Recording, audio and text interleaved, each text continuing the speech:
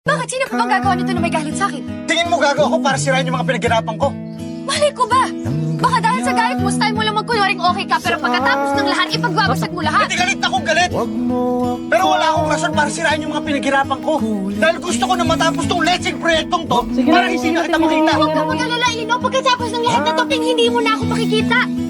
Malaya na kayo magpakasaya ni Roxanne. At malaya na rin kayo magpakasaya ni Kuya. Hindi kami ng kuya mo.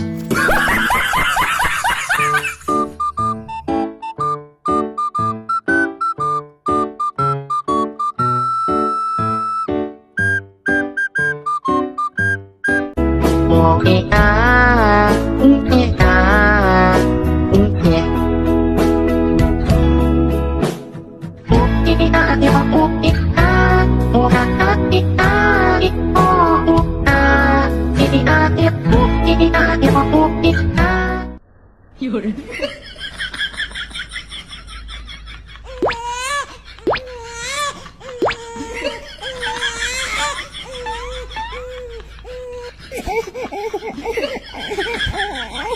Yun.